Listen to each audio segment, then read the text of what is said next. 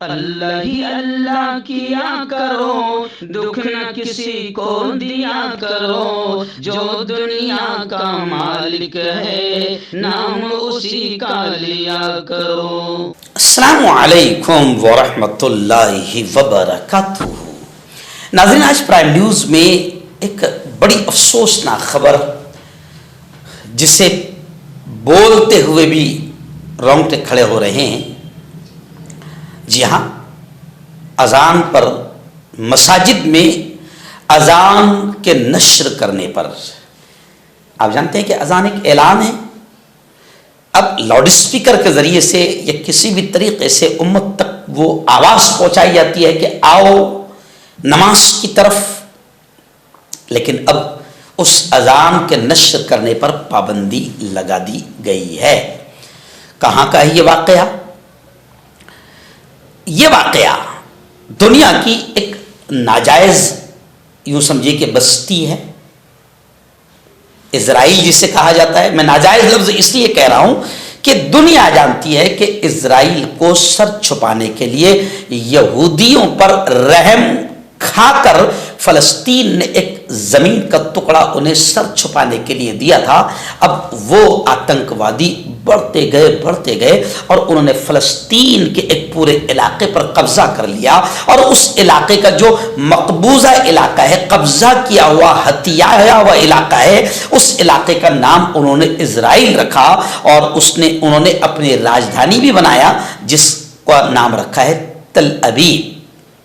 اب یہ خبر آ رہی ہے تل ابیب سے، اسرائیل کی راجدھانی سے، اور اسرائیل کا ایک دہشت گرد، ایک آتنکوادی وزیر ہے، ایک منتری ہے، جو انتہا پسند جسے کہا جاتا ہے۔ انتہا پسند اردو لفظ ہے جس کا سادہ ترجمہ ہوگا آتنکوادی، دہشت گرد، انتہائی خبیث قسم کا، نفرت کرنے والا اسلام اور مسلمانوں سے۔ وہ وزیر ہے اسرائیل کا بن گوئر۔ اس نے اذان کے نشر کرنے پر اسرائیل میں پابندی لگا دی ہے۔ الجزیرہ کی رپورٹ کے مطابق، الجزیرہ چینل کی رپورٹ کے مطابق، اسرائیل کے قومی سلامتی کے جو وزیر ہے بن گوئر، انہوں نے اسرائیل کی مساجد میں اذان نشر کرنے پر پابندی لگانے کا حکم دے دیا، اور ایکس پر یعنی ٹویٹر پر ایک ویڈیو پوسٹ میں صہیونی وزیر، آتنکوادی وزیر نے پولیس کو یہ آدیش دے دیا یا آرڈر دیا کہ مساجد میں شور کے مسئلے کو حل کیا جائے اور اس پر پابندی نافذ کی جائے۔ اور اسرائیل کے چینل 12 نے یہ اطلاع دی کہ بن گوئر نے پولیس کو اذان پر پابندی کے نفاذ کے لیے آرڈر بھی جاری کر دیا ہے، جن میں لاؤڈ اسپیکر کو ضبط کرنے کا آرڈر بھی ہے کہ مساجد سے لاؤڈ اسپیکر کو ضبط کر لیا جائے، اور جرمانے بھی ان پر لگائے جائے۔ میں آپ کو بتا دوں کہ پیو ریسرچ سینٹر کے مطابق اسرائیل کی تقریباً 14% آبادی مسلمان ہے، یعنی اس جگہ بھی آبادی 14% کس کی ہے؟ مسلمانوں کی ہے۔ اب اسرائیل کے اس آتنکوادی وزیر کے اس بین لگانے پر امریکی مسلم گروپ ہے کونسل آن امریکن اسلامک ریلیشنز، CAIR، انہوں نے اسرائیل میں جس طریقے سے مساجد کی اذان کے نشر پر پابندی لگائی ہے، حکومت نے اس کی مذمت کی ہے۔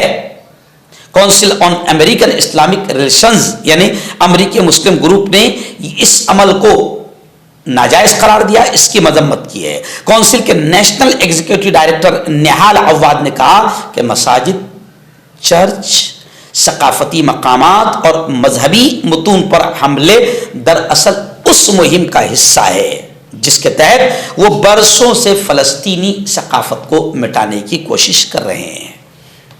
انہوں نے مزید یہ بھی کہا کہ اسلام اور عیسائیت کے خلاف جنگ دراصل انتہا پسند آتنکوادی اسرائیلی حکومت کی جانب سے فلسطینی عوام کی نسل کشی کی کوششوں کا حصہ ہے۔